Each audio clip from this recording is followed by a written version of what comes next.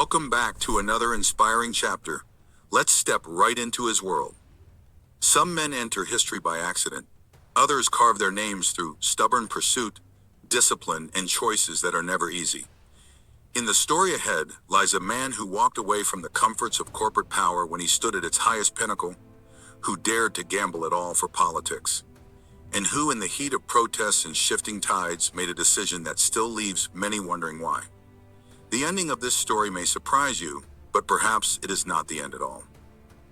Born on September 8, 1961, in Rawalpindi, Asad Umar arrived as the youngest in a large household, 6 brothers and a sister, guided by the iron discipline of their father, Major General Red Ghulam Umar. The general was no ordinary man in Pakistan's military history. He was close to President Yahya Khan and became Pakistan's first national security advisor between 1969 and 1971. From that shadow of power and policy, the boy Asad watched and learned. When the family eventually moved to Karachi after his father's retirement, fate had already decided that Asad's future would dance between corridors of power, though not in the uniform of his father. In Karachi, Asad pursued education with focus. First came a commerce degree, then a place at the Institute of Business Administration, IBA. Karachi, the most prestigious institution of its time.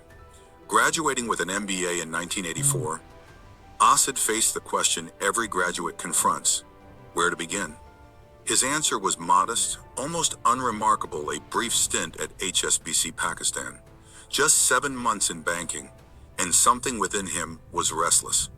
In 1985, he found what seemed like the true opportunity, joining Exxon Chemical Pakistan as a business analyst. Soon he was shipped to Canada, the only Pakistani employee working abroad for Exxon. Yet destiny again had another plan. By 1991, Exxon was exiting the scene in Pakistan. A management buyout birthed Engro Corporation, and this moment would change everything. The Engro needed leaders, and Asad Umar was ready.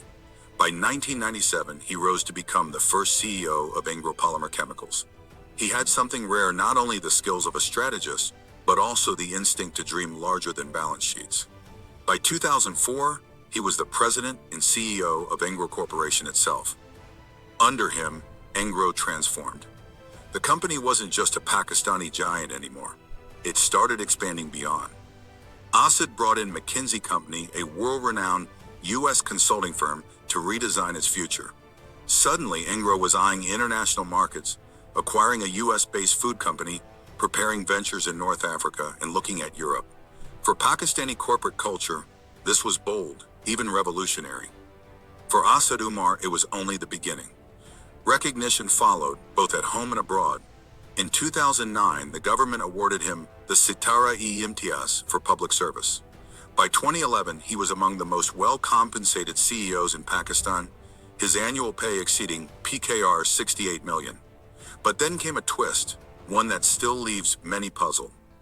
In April 2012, at the age of only 50, Asad retired from Engro.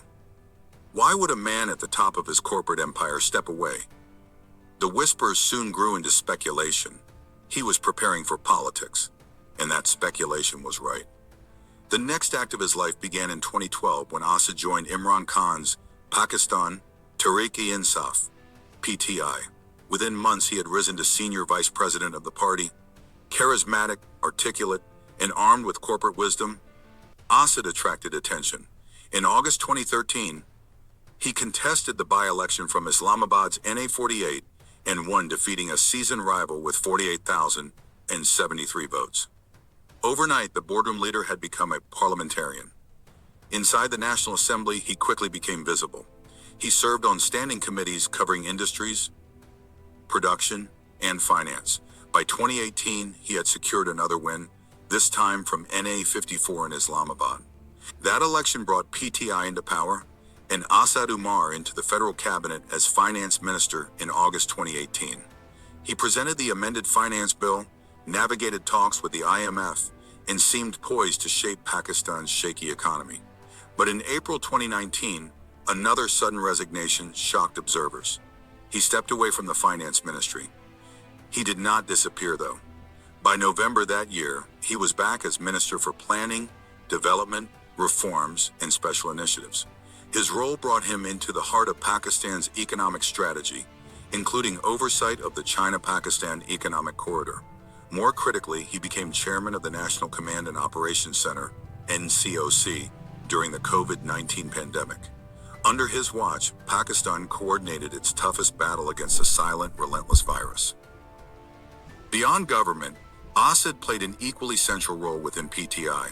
In December 2021, Imran Khan appointed him as Secretary General of the party.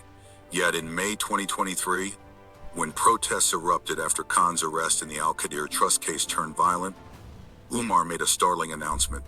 He condemned the violence, stepped down as Secretary General, and resigned from party leadership roles. This decision left the public divided. Why would a man so firmly woven into PTI's core suddenly pull away? His silence left only questions. Was it disillusionment? Was it principle? Was it strategy for a future return? Only Asad knows. Still, one cannot define Asad Umar by politics alone. His portfolio of leadership and influence spans more than parliament. He has served as chairman of the Pakistan Business Council, led subsidiaries of Engro, and sat on the boards of the State Bank of Pakistan, Karachi Stock Exchange, OGDC, PSO, Port Qasim Authority, and others. From education committees at IBA Karachi to heritage preservation funds in Sindh, his footprint stretches wide. And yet, despite decades of leadership, corporate, political, and institutional, Asad Umar remains a story in motion.